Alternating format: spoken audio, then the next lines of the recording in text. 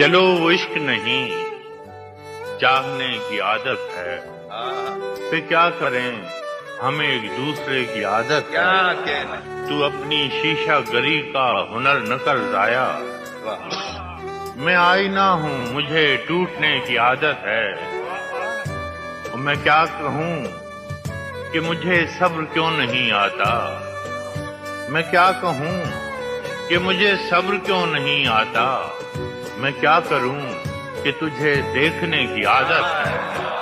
और विशाल में भी वही फासले फिराक के हैं कि उसको नींद मुझे रत जगे की आदत है।